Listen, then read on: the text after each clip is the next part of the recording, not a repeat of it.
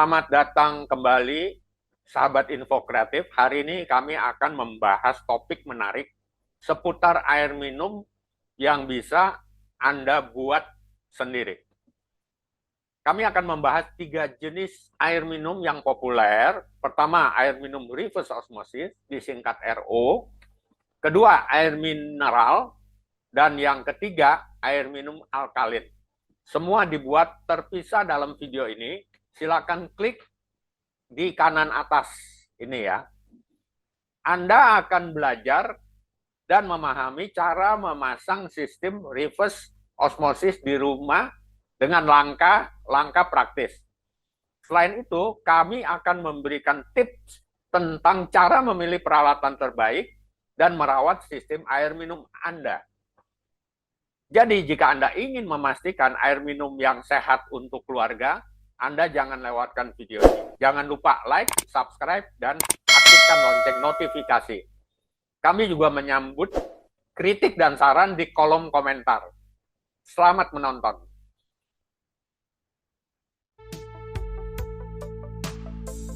Do it yourself atau buat saja sendiri. Sesuai kebutuhan. Air minum yang sehat, yang segar, yang berkualitas. Selanjutnya jangan di-skip ya, kami akan menjelaskan secara detail dan rinci. Marilah kita mengikuti petunjuk. Bagaimana caranya Anda bisa membuat mesin pemroses air minum murni, reverse osmosis, secara mudah, murah, terjangkau dengan budget terbatas Anda, namun sangat berkualitas. Yaitu bagian pertama atau part pertama yaitu air minum sehat di video ini, kemudian part 2, air minum segar, dan part 3 air minum berkualitas tinggi. Sebagai bonus tambahan, buatlah sendiri saja air minum dengan mesin pemroses mini dan sederhana, namun berkualitas tinggi.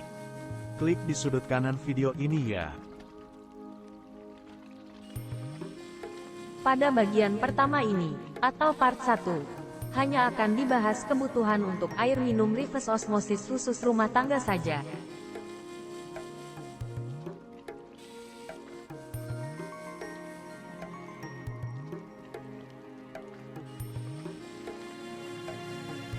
Air minum reverse osmosis, atau air minum osmosis terbalik, atau disingkat RO adalah salah satu metode untuk penyaringan air minum, yang dapat menyaring berbagai molekul besar dan ion-ion dari suatu larutan air dalam membran. Dengan cara memberi tekanan pada air baku yang masuk ke dalam tabung membran itu, ketika berada di salah satu sisi membran penyaring, atau lapisan penyaring ini. Ini bentuk fisik dan benda yang sebenarnya dari mesin pemroses air minum reverse osmosis yang akan kita rancang dan buat sendiri. Do it yourself. Dari awal sampai akhir pemrosesan, menjadi air yang layak minum, sehat, segar, dan berkualitas terbaik. Bagian bawah terdiri dari 3 stage, atau 3 bagian, yaitu fase penyaringan air oleh filter sedimen. Bagian 2 fase penghilang bau, terutama bau kaporit dari air PAM. Fase 3 adalah penyaring karbon blok. Di samping penghilang bau juga penyegar. Bagian atas diletakkan pompa booster, plus adaptor, membran plus membran housing, post karbon, 4-way auto shutdown atau kura-kura, low pressure switch plus high pressure switch, dan seterusnya.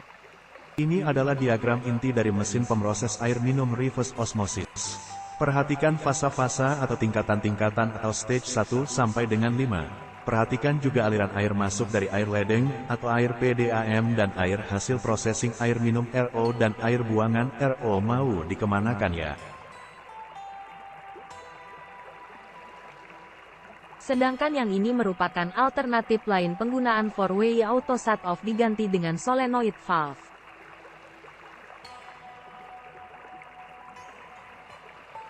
Terlampir adalah flow diagram mesin pemroses air minum reverse osmosis, dari air PDAM atau air PAM, atau air ledeng, atau tap water, mengalir melalui selang khusus reverse osmosis. Coba perhatikan tekanan airnya. Maka aliran air yang bertekanan rendah, akan mengalir dari stage 1, keluar diperkuat tekanannya oleh booster pump mengalir ke stage 2, dan stage 3, kemudian masuk ke stage 4, atau membrane RO selanjutnya terbagi dua oleh stage 4, atau membrane RO bagian pertama adalah air RO yang akan diproses lebih lanjut sebagai air minum RO.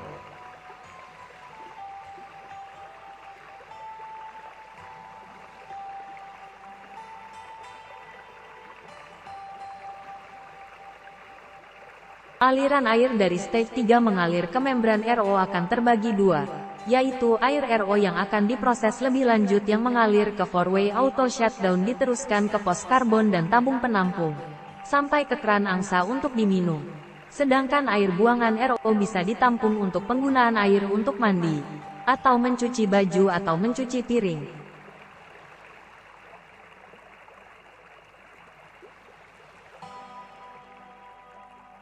Terlampir konversi tekanan udara atau air dalam satuan P, S, I atau pound per square inch, bar, A, T, M, dan yang lainnya. Total dissolved solids adalah jumlah padatan terlarut, biasanya dalam satuan ppm, parts per million. Sementara pH adalah potensial hidrogen atau derajat keasaman, yang menunjukkan aktivitas ion hidrogen pada suatu senyawa. Penting untuk mengukur TDS dan pH pada larutan dalam berbagai aplikasi, seperti industri, purifikasi air minum, air bersih, dan lain-lain. Alat lab untuk mengukur TDS disebut TDS meter, sementara alat lab untuk mengukur pH disebut pH meter air dan pH meter tanah. Tes TDS air RO dan air pump dengan elektrolisa atau listrik. Perhatikan temperatur air dan warna air dan kekeruhan air.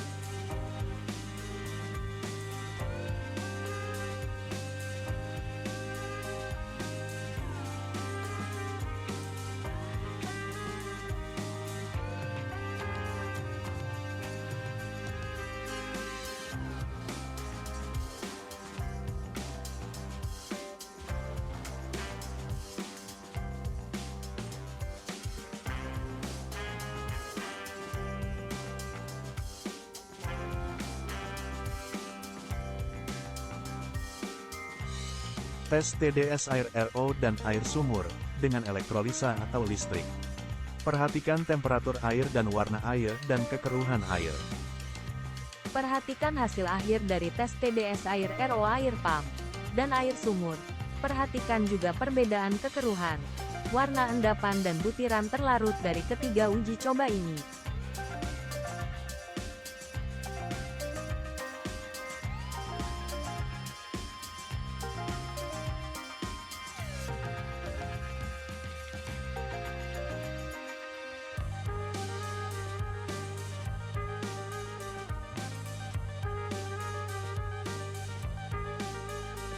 Mengapa TDS air minum RO sulit sekali mencapai TDS sama dengan 0? Di akhir pemrosesan air minum RO di ujung mesin pemroses air minum RO di sebelah kiri gambar berikut ini. Karena ketika air hasil proses ini di ujung kiri membran, sudah mencapai angka TDS sama dengan 0 ppm, maka proses akan berlanjut menuju tabung penampung, dengan TDS sama dengan 5 ppm, dan pos karbon dengan TDS sama dengan 10 ppm. Maka hal ini normal apabila TDS yang dihasilkan sudah mencapai angka 20 ppm, mengingat tidak ada membran yang mampu menyaring dengan sempurna, sedangkan air hasil mesin pemroses masih berproses mengalir ke tabung penampung, selanjutnya mengalir ke stage 5, pos karbon, yang berakhir menuju kran mesin RO.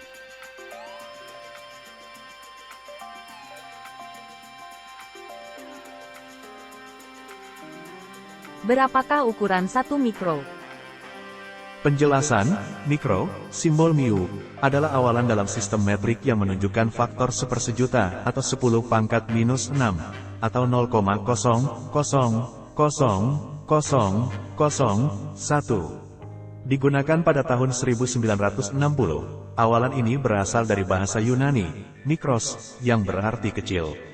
Simbol untuk awalan adalah huruf Yunani, mu. Ini adalah awalan yang hanya menggunakan karakter dan bukan dari abjad Latin. Terlampir adalah satuan ukuran yang biasa dipakai untuk proses air minum RO, air minum mineral, dan air minum alkalin.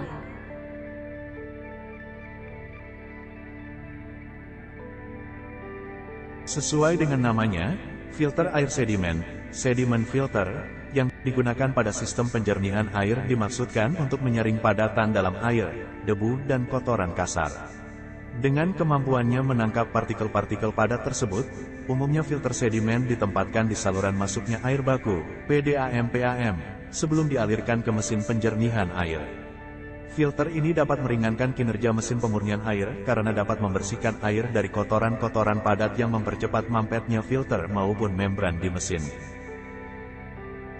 Filter air sedimen yang ada di pasaran saat ini kebanyakan menggunakan lapisan dari bahan alami seperti kain penyaring, bahkan pasir, antrasit, dan lain-lain yang membuat kotoran-kotoran dengan padatan yang lebih besar tertahan di dalamnya. Filter ini bisa diganti jika terlihat kotor dan penuh dengan padatan-padatan dari air.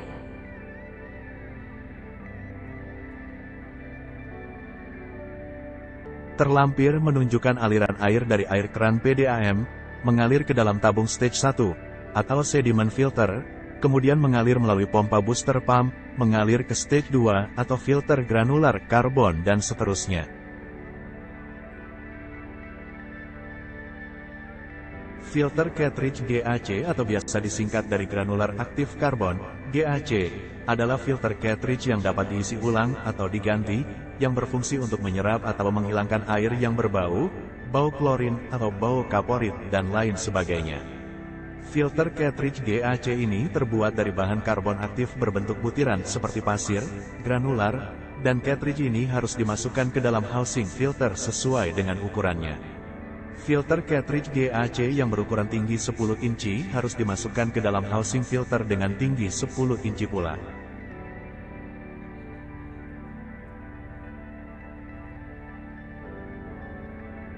Terlampir menunjukkan proses aliran air dari pompa pendorong atau booster pump, mengalir masuk ke tabung granular karbon filter. Selanjutnya mengalir menuju karbon block filter atau CTO atau karbon tas odor, atau filter penyegar air LO.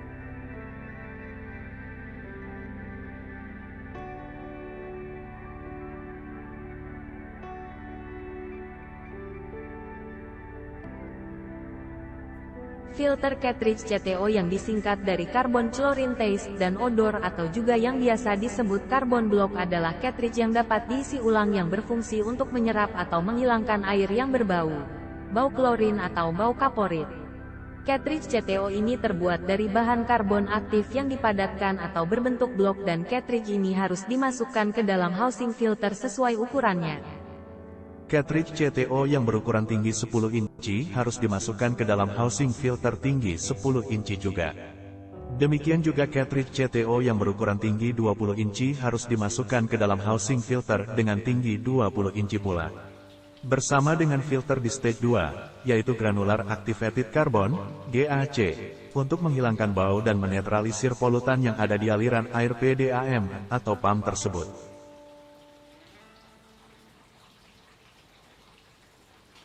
Terlampir menunjukkan proses aliran air dari stage 2 atau granular karbon atau butiran karbon.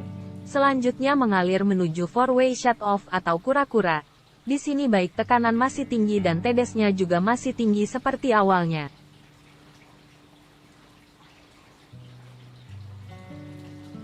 Membran osmosis terbalik atau reverse osmosis adalah suatu membrane yang akan melakukan proses osmosis terbalik yang merupakan suatu metode penyaringan yang dapat menyaring berbagai molekul besar dan ion-ion dari suatu larutan dengan cara memberi tekanan pada larutan ketika larutan itu berada di salah satu sisi membran seleksi, lapisan penyaring. Proses tersebut menjadikan zat terlarut terendap di lapisan yang dialiri tekanan sehingga zat pelarut murni bisa mengalir ke lapisan berikutnya. Membran seleksi itu harus bersifat selektif atau bisa memilah yang artinya bisa dilewati zat pelarutnya, atau bagian lebih kecil dari larutan, tetapi tidak bisa dilewati zat terlarut seperti molekul berukuran besar dan ion. Catatan, besarnya lubang membrane Rho sama dengan 0,0005 mikron, 1 mm sama dengan 1000 mikron. Berapa besarnya kuman, virus dan bakteri? Umumnya besarnya kuman dan bakteri adalah dari 1 mikron sampai dengan 5 mikron, sedangkan virus adalah 1000 kali lebih kecil daripada kuman, sehingga, baik kuman, virus dan bakteri sulit menembus membran reverse osmosis atau mesin pemroses RO. Itulah sebabnya TDS air minum RO bisa mencapai dari 10 sampai dengan 50 ppm per liter air, yang sangat sulit ditembus oleh virus.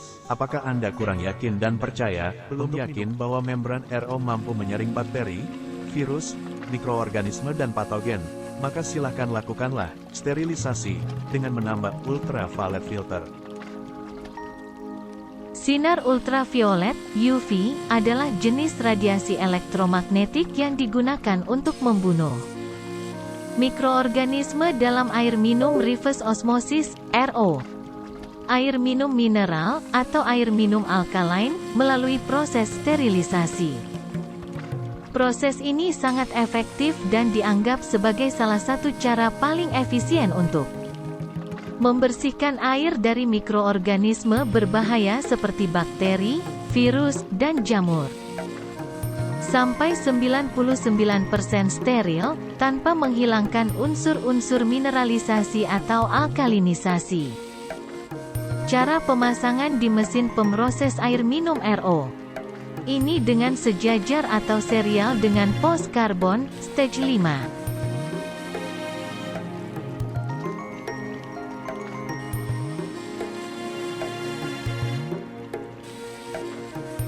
Perhatikan sekarang setelah menambahkan tabung ultraviolet sterilisasi, sebagai berikut.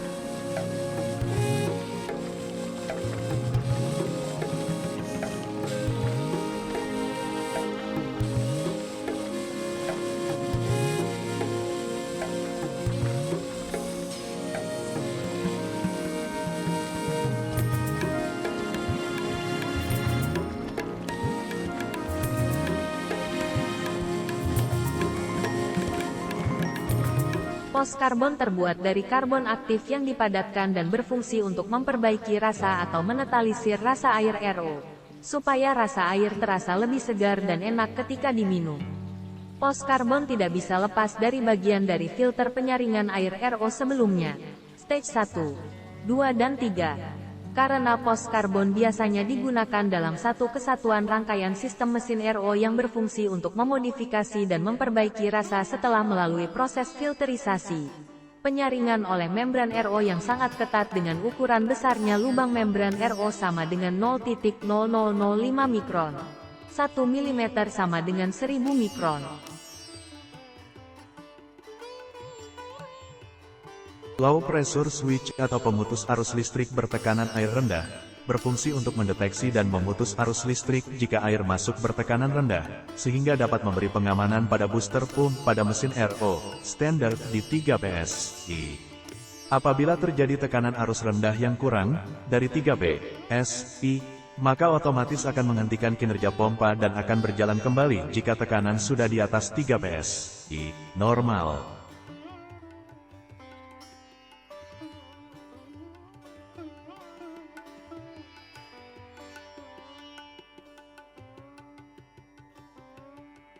High pressure switch adalah sensor yang digunakan mematikan pompa air. Di saat tampungan air sudah terisi penuh. Tekanan pada 40 PSI. Cara kerjanya ialah di saat nanti tampungan air penuh, maka tekanan air akan tinggi sehingga sensor akan segera memutuskan arus listrik DC di pompa, booster, dan pompa akan mati.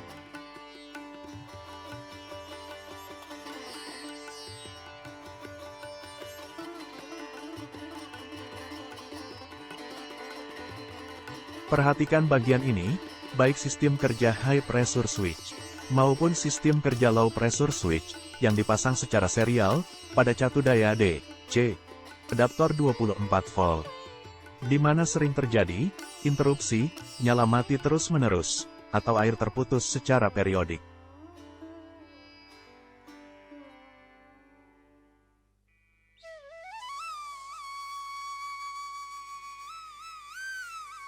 Ini adalah proses reverse osmosis, yang merupakan inti dari efek osmosis yang terjadi sebagai berikut.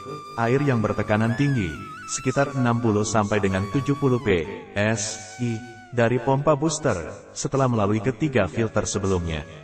Akan masuk ke tabung memberan, dengan tekanan air antara 70 sampai dengan 100 psi. Kemudian air akan terbagi dua. Yang utama atau pertama akan masuk sebagai hasil air minum RO, dengan TDS yang diharapkan di bawah 10 mg per liter, sedangkan yang kedua akan masuk ke sistem buangan air RO.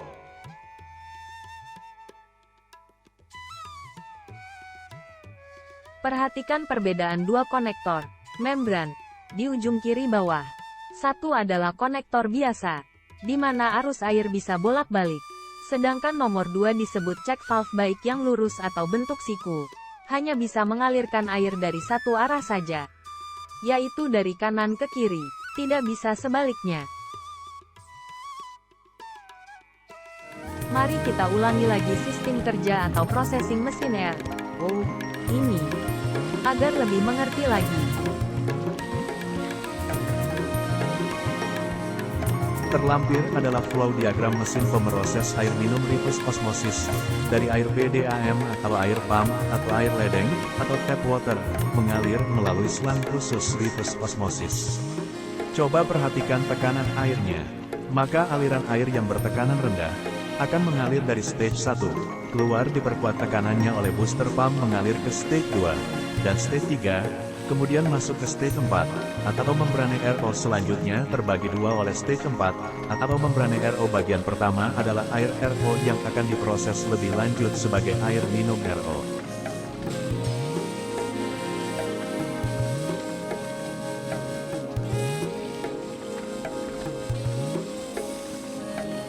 Aliran air dari stage 3 mengalir ke membran RO akan terbagi dua, yaitu air RO yang akan diproses lebih lanjut yang mengalir ke four-way auto shutdown diteruskan ke pos karbon dan tabung penampung, sampai ke kran angsa untuk diminum.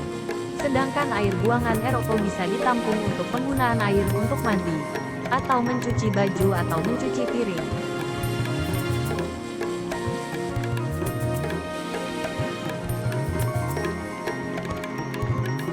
Bagian akhir atau hasil akhir adalah air minum reverse osmosis, yang telah mengalami proses pemurnian, yang keluar dari kran angsa untuk layak diminum dengan TDS yang disarankan dan diharapkan di bawah 10 ppm.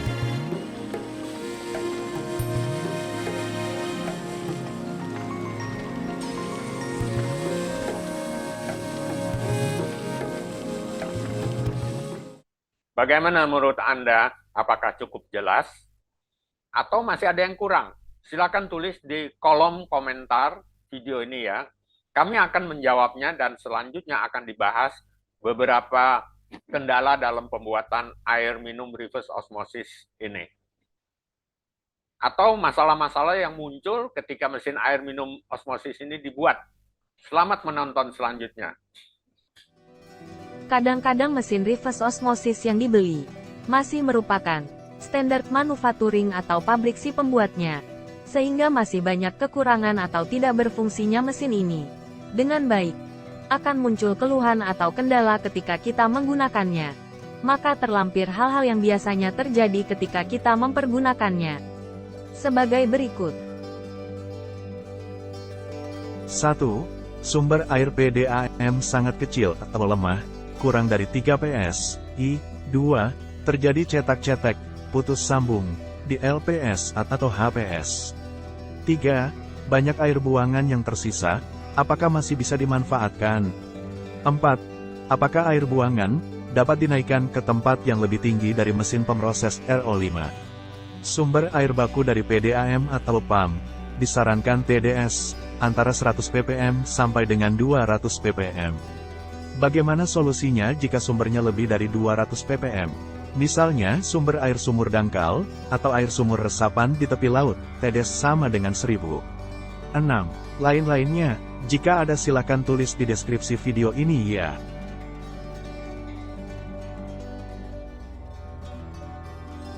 Kendala pertama adalah sumber air PDAM sangat kecil atau lemah, kurang dari 3-7 psi. Sehingga aliran air tidak mampu menggerakkan switch low pressure switch ini. Maka ada dua cara solusinya, yaitu Solusi A, adalah dengan menambahkan pompa booster tambahan di muka alat pemroses air RO ini, atau setelah aliran air PDAM ini, agar cukup kuat menggerakkan switch low pressure switch tersebut. Selanjutnya solusi B, adalah, air ditampung dahulu di bak penampung, atau bak mandi, baru dipompa dengan pompa tambahan ke atas, penampung toren, seperti gambar ini.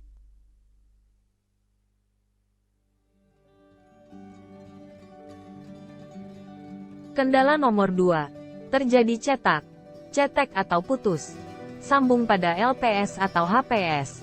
Maka perhatikan apakah HPS-nya yang cetak-cetek, atau putus sambung pada LPS-nya yang cetak-cetek.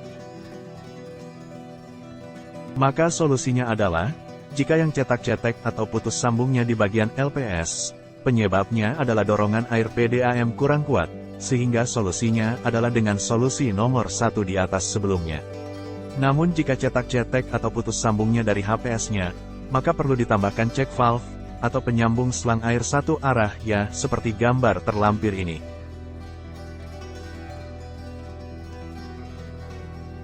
Cara lainnya atau alternatif lainnya, jika terjadi cetak-cetek atau putus sambung di LPS atau HPS, maka perlu dan disarankan untuk menambah kontak relay, diode damper dan kapasitor atau kondensator pada rangkaian adaptornya. Seperti berikut di bawah ini.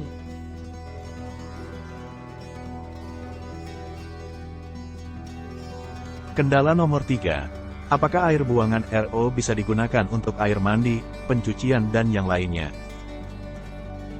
Jawab, pasti bisa dong. Yaitu air buangan ditampung dahulu di bak mandi.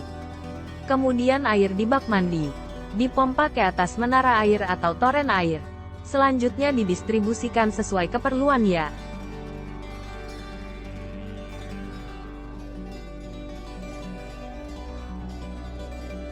Apakah air buangan RO dapat dinaikkan ke tempat yang lebih tinggi dari mesin pemroses RO?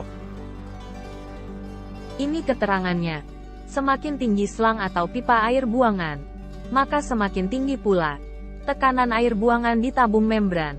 Sehingga efek tekanan ini akan mengakibatkan hasil TDS dari air RO akan naik pula. TDS air yang dihasilkannya. Normal air minum RO seharusnya di bawah 10 ppm. Dengan meninggikannya, maka kemungkinannya bisa naik lebih di atas 50 ppm. Jawabnya adalah jangan dinaikkan selang air buangannya jika Anda konsisten mengingini TDS di bawah 10 ppm.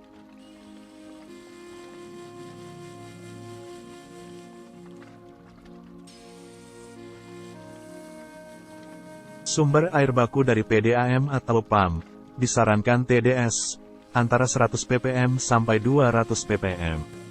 Bagaimana solusinya jika sumbernya lebih dari 200 ppm? Misalnya sumber air dari air sumur dangkal, atau air sumur resapan di tepi laut, TDS sama dengan 500 sampai 1000. Jawab untuk jawaban ini cukup panjang. Maka kami akan membahasnya di bagian part 2. Mengenai air minum mineral dan part 3, yaitu air minum alkalin. Ya, sampai jumpa di part 2 dan part 3. Ini selesai sudah pembahasan mengenai bagian pertama atau part 1 ini tentang air minum osmosis. Jika Anda ingin mengetahui atau membuat air minum mineral, baik yang alami maupun yang sintetis, serta air minum alkalin yang alami maupun sintetis, baik itu dari air minum reverse osmosis maupun secara elektrolisa dari air minum reverse osmosis, silakan klik di atas ujung kanan ini. Sampai jumpa di info kreatif dari Johan Net yang lainnya. Terima kasih.